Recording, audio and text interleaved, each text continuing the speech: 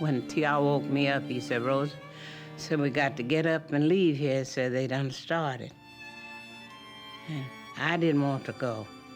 I balked on him. He had to kind of get rough with me before I would leave, but I did leave. And he told me not to bring nothing. Said, don't bring nothing. I just had on some barefoot sandals and a towel tied on my head, and that's the way I went. Because I was fussing and disgusted and scared too.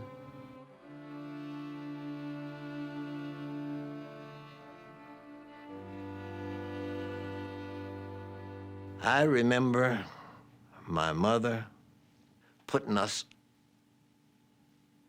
my sisters and my brother, under the bed.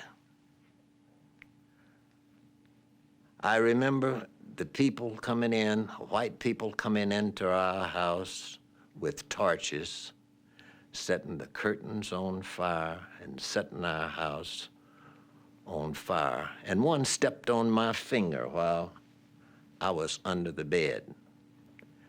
And my sister put her hand over my mouth to keep me from screaming. They was burning and everything, set houses up there coming this way, burning. It reminded me of Sodom and Gomorrah in the Bible. And we was going that way.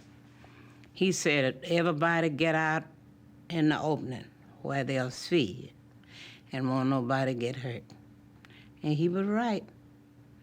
He was right. Long as we was out where they could see us, they didn't bother. But they was shooting from airplanes and everywhere. It was a hot time. My dad had heard, as other black men in that park had heard, that the white marauders were approaching them. And my dad was joining other black men to protect the black people, the wives and the children who were there.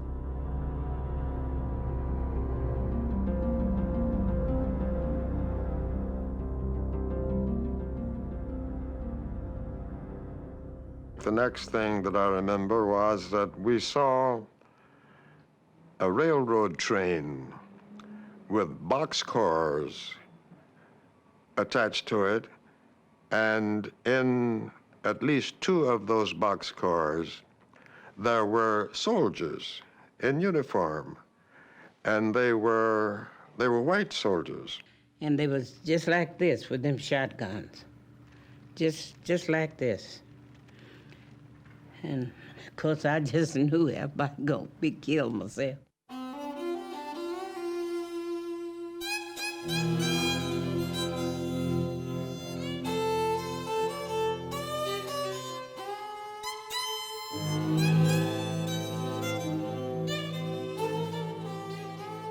We were afraid that they came to kill us, and they said, no, we came to help you.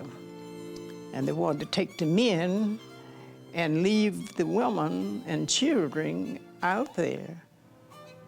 I spoke up, I said, no, we want to go with our husband.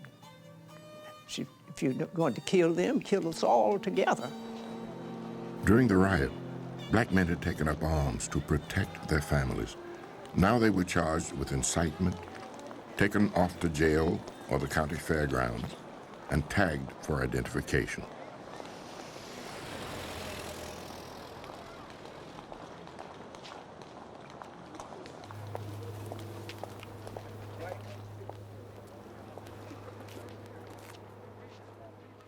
And babies were born that night, 2 or 3 babies and everything. I had some personal friends that had a baby born the night before the riot started, and they lost that baby during the riot, trying to keep up with him. They had him in a shoebox, no, in some kind of box like a shoebox, and that baby got away from him.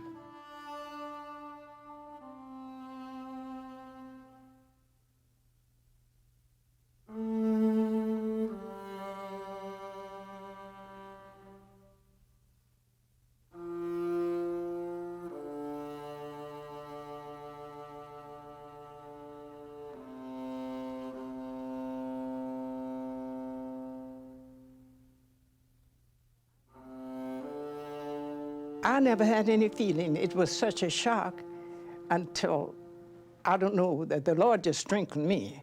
But my husband he was so tender. He just broke down. He said, baby, we've lost everything we had. I said, but we have each other, honey.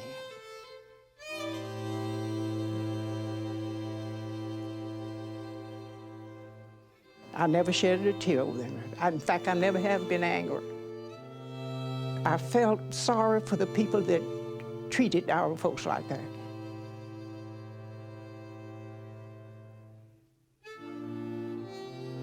The Red Cross recorded more than 300 people had been killed. Newspapers listed almost 100 deaths, but city officials put the death toll at 36. More than 35 blocks of Black Tulsa was burned to the ground. Over 4,000 people were left homeless.